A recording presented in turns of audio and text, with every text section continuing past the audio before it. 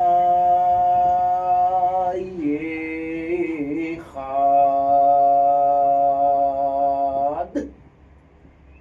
שם כבוד מלכותו לעולם ועד. ואהבת את אדוני אלוהיך בכל לבבך ובכל נפשך ובכל מאודך.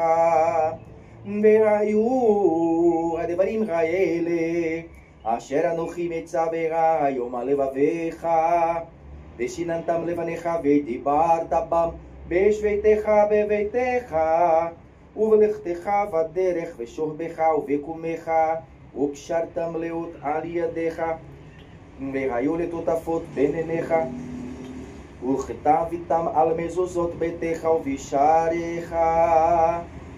והיה אם שמוע תשמעו אל מצוותי אשר אנוכי מצוותיכם היום לאהבה את אדוני אלוהיכם ולעובדו בכל לבבכם ובכל נפשכם.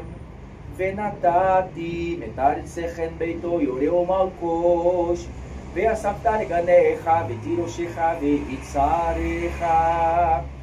ונתתי אסף בשדך לחמתך, ואכלת ושבעת. הישמרו לכם בין נפתי לבבכם, ושמתם ועבדתם אלוהים אחרים, והשתחוויתם לכם.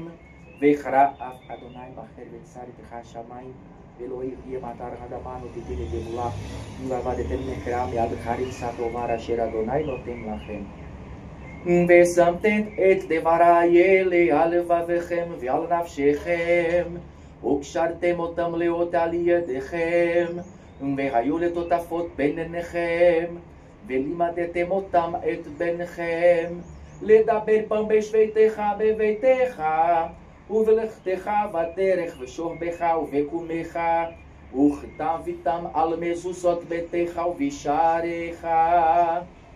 למען ירבו ימיכם ומבניכם על הדבר אשר נשבע אדוני לאבותיכם לתת לכם ימי השמיים על הארץ. ויאמר אדוני אל משה לאמור, דבר אל בני ישראל, ואמרת לכם ויעשו לכם ציצית על כנפי בגדיכם לדורותם, ונתנו על ציצית הכנף פתית תכלת, והיה לכם לציצית, וראיתם אותו זהתם כל מצוות.